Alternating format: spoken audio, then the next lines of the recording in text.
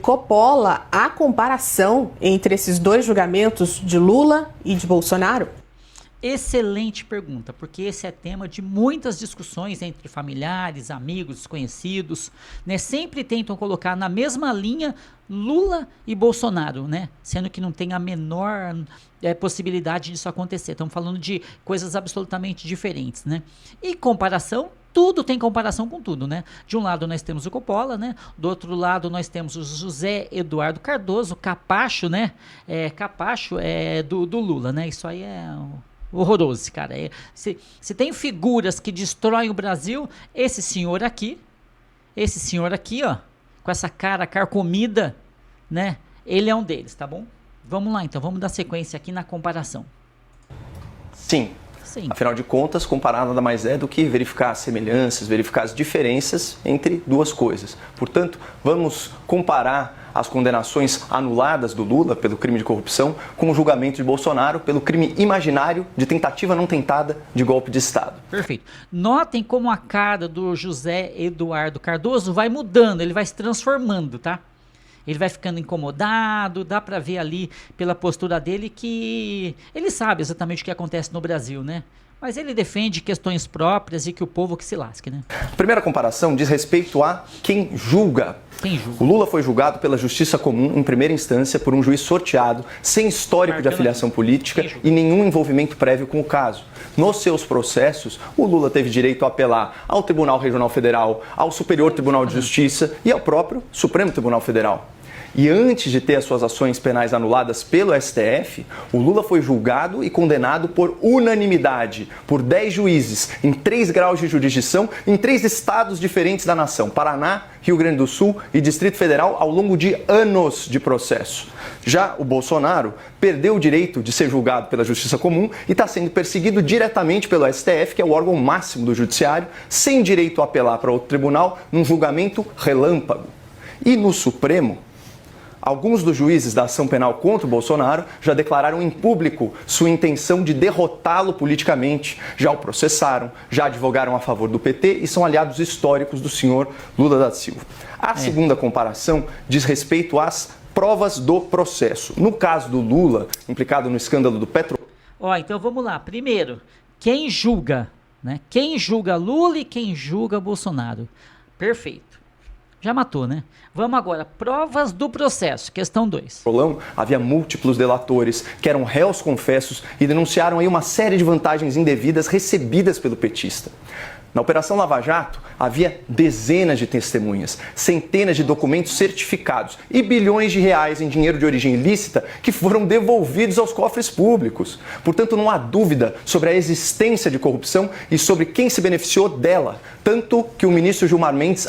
Olha a cara do petista, quando ele dá esse sorrisinho aqui, ó, esse sorrisinho de snob, isso aí é pra cima de toda a população brasileira.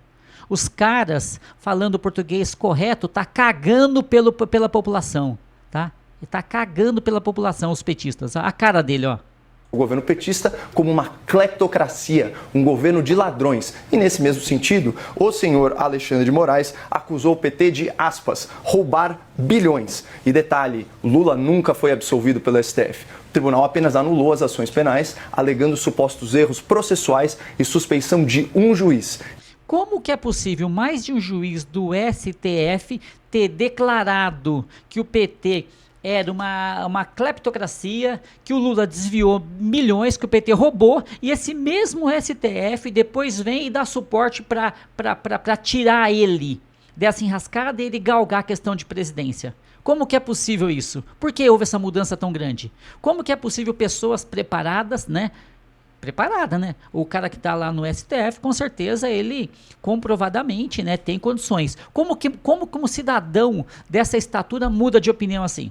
E isso tudo em decisões que não foram unânimes. Já o Bolsonaro está sendo julgado por um crime que não existiu. A tentativa de abolição do Estado de Direito e também a tentativa de golpe de Estado exigem conduta violenta, exigem coação de pessoas. E como eu disse antes, não tem nenhuma prova de que o Bolsonaro tenha participado ou ordenado ações violentas. Pelo contrário, as provas mostram que ele não foi persuadido a tomar medidas antirrepublicanas. Meu, olhar pra cara desse petista aqui, meu, José Eduardo Cardoso, dá nojo, dá vontade de vomitar olhar pra cara desse cara, meu.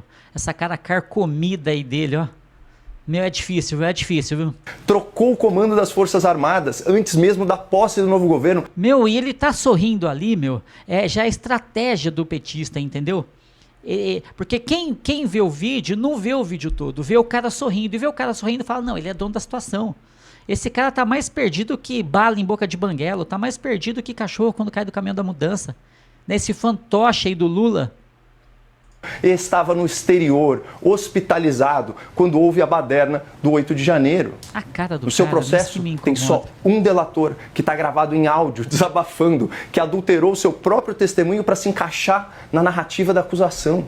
E já são aí mais de 10 versões diferentes dos... Esse cara com esse sorriso aí, com esse olhar, ele tá protegendo pessoas que acabam com 90% da vida dos brasileiros. É aquele brasileiro que não tem saneamento básico, é aquele brasileiro que não tem direito a um transporte rápido, seguro e de qualidade, é aquele brasileiro que tem problema de saúde, é aquele brasileiro que tem insegurança, é aquele brasileiro que não sabe, não tem perspectiva para o filho. É aquele brasileiro que nem sabe das possibilidades que um ser humano pode atingir e ele trabalhar para ele e para a família dele alcançar isso. É terrível a cara desse cara, o que representa a cara desse José Eduardo Cardoso. Fatos e nenhuma prova documental do envolvimento do ex-presidente em nenhuma ação antijurídica. E, finalmente, uma terceira e última comparação diz respeito ao direito de defesa na arena pública. O Lula teve a sua liberdade de falar e a sua liberdade de mentir respeitadas até a sua prisão após condenação unânime em segunda instância. Ainda assim, o Lula manteve ativas as suas contas nas redes sociais e, do cárcere, participou da coordenação política da campanha eleitoral fracassada do PT em 2018. Já o Bolsonaro, eu já estou terminando, está em prisão domiciliar, sem direito a receber visitas não autorizadas pelo STF, impedido de usar o seu telefone celular e as suas redes sociais. Então, é uma verdadeira sanção de mordaça antes mesmo do seu primeiro julgamento. Portanto, Ju, existe sim comparação entre os dois casos e essa comparação escancara a diferença escandalosa de tratamento entre Lula da Silva e Jair Bolsonaro. Perfeito, perfeito. Então, resumindo, tem comparação entre os casos de Lula e de Bolsonaro? Tem sim. E são três essas questões. Primeiro, quem julga? Quem julgou num caso, quem julgou no outro caso? E tá claro, né? Os amigos do amigo, o amigo do amigo, né? Depois, as questões das provas. Nossa, no caso do Lula teve devolução do dinheiro, provas caindo por tudo quanto é lado. E os petistas falam, cadê a prova? É um absurdo. E por fim, direito de defesa, né? Direito de defesa. O Bolsonaro, ele foi acionado já pelo STF, sem poder recorrer às instâncias inferiores. O Lula recorreu aqui, recorreu ali, foi para fora. Meu, é um absurdo o que acontece no Brasil e a gente não pode deixar isso acontecer. A gente está falando disso, o pessoal fala, é política. Não é política, é segurança pública, é acesso à educação, é acesso à habitação, é acesso à saúde, é acesso a saneamento básico. Não é política, é direito à vida, tá? Bom, então tá, pessoal, grande abraço aí para vocês e vamos pensar direitinho nas nossas atitudes, que às vezes a gente fala de política não se discute, de política não se fala. Política se fala assim, se fala todo dia, se fala na mesa de jantar, se fala no café, se fala de manhã, se fala o dia inteiro de política, principalmente no Brasil, onde a gente tem tanta riqueza, tantas possibilidades, né? E a gente vive... Eu não vou falar por mim, porque graças a Deus tem uma condição que dá para levar, mas 90% da população brasileira, entendeu? E me incomoda ver isso, me incomoda ver a situação, a penúria que vive a população brasileira. Me incomoda ver as pessoas passando aqui na frente de casa e catando lixo.